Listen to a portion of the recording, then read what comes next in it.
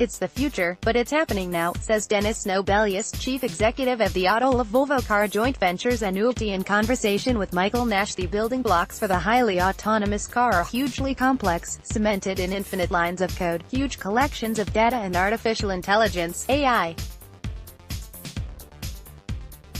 Bringing this all together is no easy feat, but it is one that Zenuity hopes to do with the help of its parent companies. Established in January 2017, Zenuity is an equal joint venture (JV) between safety and electronics supplier Autoliv and Geely-owned Volvo Cars. Headquartered in Gothenburg, Sweden, it has facilities in Munich and Detroit. Zenuity specializes in developing software for advanced driver assistance systems (ADAS) and autonomous driving. According to Chief Executive Dennis Nobelius, Zenuity's primary goal is to create inspiring technology for safe and intelligent mobility. Speaking to Megatrends, Nobelius describes how the company is going about achieving its goal, and discusses the industry trends that are already having an enormous impact on the vehicles of tomorrow. What makes Zenuity stand out from other companies that are developing ADAS and autonomous driving software? I think one of the major strengths of our company is that we have all the intellectual property and patents from Volvo Cars and Autoliv in the field of active safety, and we also have many of the engineers that developed those technologies working for us. A third of our workforce is from Autoliv, a third from Volvo Cars, and everyone else is new. Does this background allow you to act and react more quickly to certain issues or industry trends? I'd say that we are working at a different pace from many other companies, and using different tactics. Every 6 weeks, we come together and decide whether or not the project we have been focusing on has reached the point that we wanted it to, and whether or not to take it further.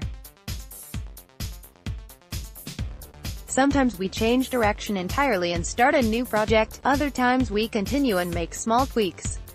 We're very flexible and fast in our ideas and innovations. Are you limited in terms of your customer base due to being owned by Autoliv and Volvo Cars? That's another thing that sets us apart from competitors.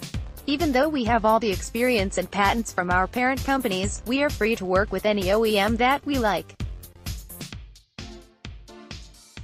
This gives us the opportunity to work with the best hardware, for example, or fastest innovators in the industry. What are the major trends currently governing advancements in ADAS and autonomous driving? I'd say the first big trend is working with synthetic data, which is artificially generated data. The second is the use of artificial intelligence, AI. We realized that we must be effective with the data that we generate and handle, and AI is really transforming the way we use that data and therefore, how we operate software. How rapidly is AI developing in the automotive industry? It's happening very fast. We used to talk about Software 1.0, which is writing our own code from scratch. We're now deep into Software 2.0, which means we are working with AI to produce and make sense of code. It's the future, but it's already happening now. How could data be used differently to enhance vehicle design? One of the big things we hope to see is the sharing of data between different OEMs. If they do this, then the data becomes more valuable and progress with software development will speed up. But we need to be intelligent about what we share and with whom. So, for example, slippery road alert is a really important feature in Nordic countries, and it makes sense to share this data to catch the dangerous spots. But it wouldn't make sense to do this in Italy, for example. The smart use of data and AI is vital in autonomous driving, and I think the higher the self-driving level, the more AI-based it will become. We are starting to see AI feature heavily in different software components to enable hands-off driving, taking in information from the hardware. Are there any early examples of this? Tesla's latest range sensor is operated by neural networks, and I think we will soon see more examples related to driver monitoring, for example. These AI-based systems will be able to tell what the driver is looking at, and will be able to predict and offer information on what they would like to see, making the driving experience much more comfortable. Will we ever see AI used in features such as braking and steering? For safety-critical systems like steering, it will come, but it will definitely take more time. We are already doing object identification, using cameras and AI to tell the driver what they are seeing. What are the challenges to consider when developing AI for automotive applications? AI consumes considerable processing power in the car. A number of current evolutions will help, such as more powerful computers. Also, if you need to gather a number of petabytes of data with AI, it can become extremely costly and take a long time.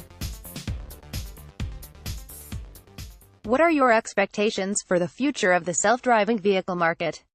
First of all, I think there will only be a few autonomous driving systems after 2023, because of the huge effort involved when making them.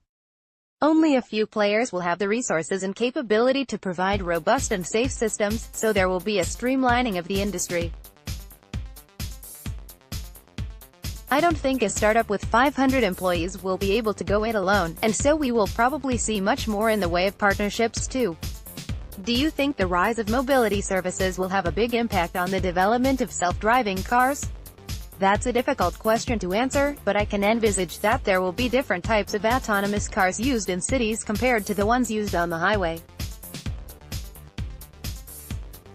Those operating in the city will replace taxis and will have a flexible layout, allowing users to stretch out and read, or access emails. At the moment, however, we are focused on self-driving vehicles for highway commuting.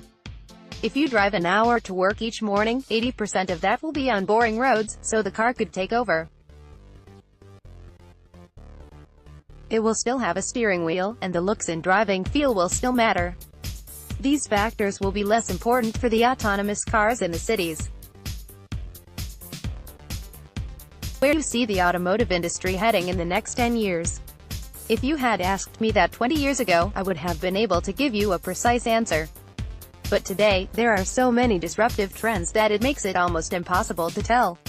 What we will probably see is more variety in transportation models.